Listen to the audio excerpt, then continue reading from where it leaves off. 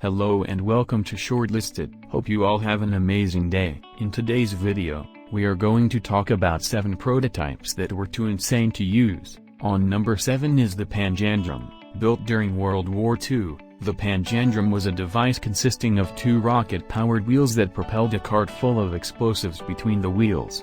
The purpose of the weapons was to take care of beach fortification. It would be launched from a landing craft, accelerate up the beach and blow a hole in the seawall or any other concrete obstacles in its path.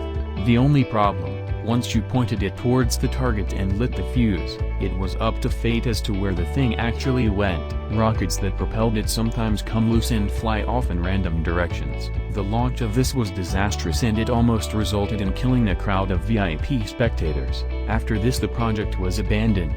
The next one on the list is the Northrop XP-79. The Northrop XP-79 was an ambitious design and it was also known as Bomber Rammer, and it was intended to do exactly what its name implies. It was designed to ram enemy bombers out of the sky using the reinforced leading edges of its wings. Because of that, the cockpit was made with armored glass that would protect the pilot from the impact.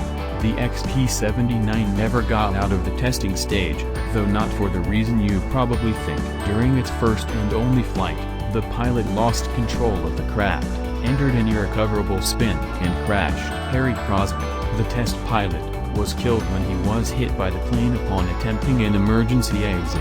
The program was subsequently abandoned. Next is the railgun. A railgun is a weapon that uses electromagnetic force to launch high-velocity projectiles. The projectile relies on the projectile's high speed, mass, and kinetic energy to inflict damage instead of explosives. These weapons can accelerate a projectile to speeds of Mach 7 and their destructive force could be far greater than their conventional counterparts. Because of the absence of the explosive, the warheads are cheaper and also cheaper to store, making it low cost compared to regular weaponry. Firing quickly with these weapons generates a lot of heat and it limited how powerful the next shots could be. It also requires a massive amount of energy to fire. The actual shots are hard to aim, meaning that a guidance system will be needed to make them more accurate. However, unlike the others on this list, the railgun is still being developed by militaries all over the world, so there's still a chance this one might actually see the light of day. Next one is the Convair X6. The Convair X6 was an experimental aircraft project to develop a nuclear-powered jet aircraft. A Convair B-36 bomber was used as a testbed aircraft, and one NB-36H was modified during the early stages of the project.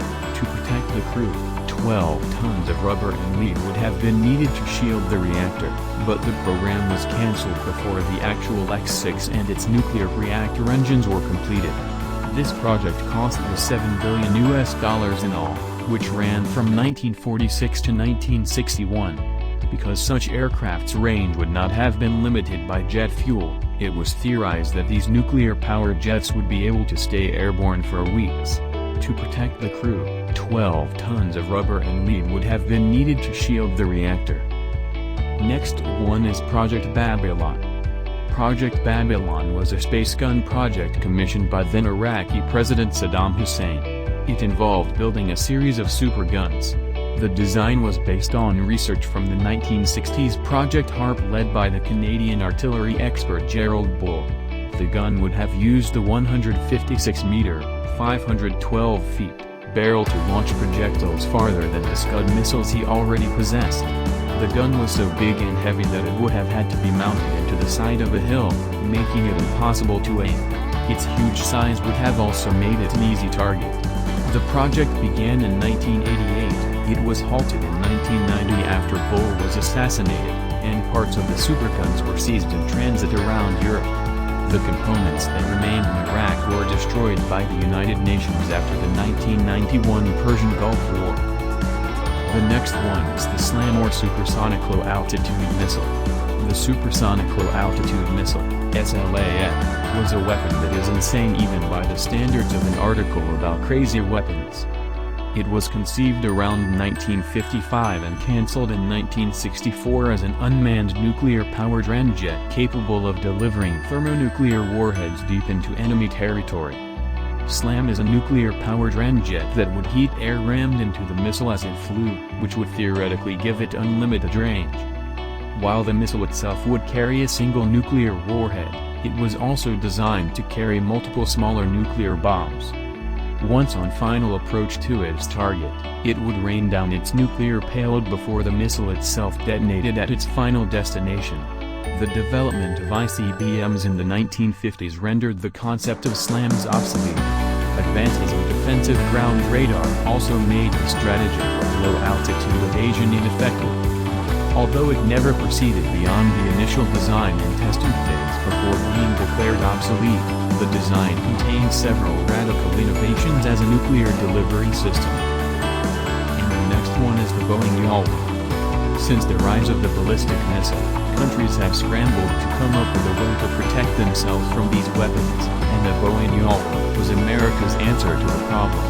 The Boeing UAL-1 had a weapon system that was a megawatt-class chemical oxygen iodine laser mounted inside a modified military aircraft. The UAL-1 with a low-power laser was test-fired in flight at an airborne target in 2007. A high-energy laser was used to intercept a test target in January 2010, and the following month, successfully destroyed 2 test missiles.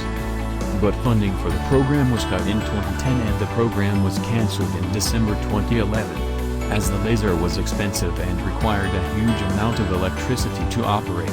Also, the plane that carried it was also large and unwieldy, an easy target for enemy interceptors. It was ultimately scrapped in September 2014 after all usable parts were removed.